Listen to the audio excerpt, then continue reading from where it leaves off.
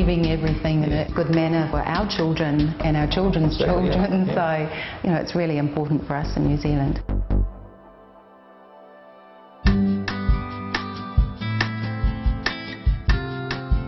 New Zealand has long been famed for its stunning, unspoiled landscape. Equal to international acclaim for its beauty is that for its fine wine.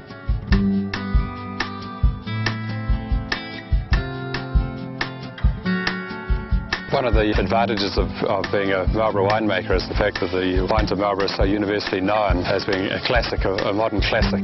Sauvignons are so strong, universally of good quality, and people who buy them know what they're getting. People are really embracing a Hawke's Bay style of Sauvignon Blanc. It's a wine which has a little less natural acidity, still distinctly cool climate and New Zealand in the way it presents.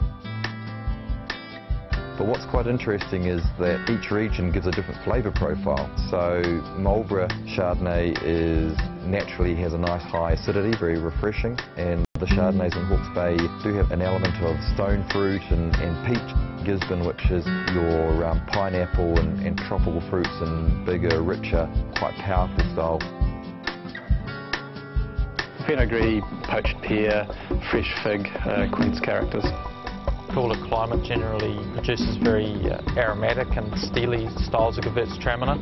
As you move up through the country, you're seeing warmer, more generous style. We can make Rieslings from a very dry, austere style through to luscious, sweet dessert wines. And it certainly is more consistent and gives more interest and gives more regional aspects to any other country producing Pinot Noir outside of France. Down in the deep south and central Otago, the wines are very fruit-driven. They have lovely raspberry characters. The Marlborough Pinot Noir is typified, I suppose, by the generosity of its palate structure. There is quite a clear Martinborough expression, almost a savoury element, especially as they age.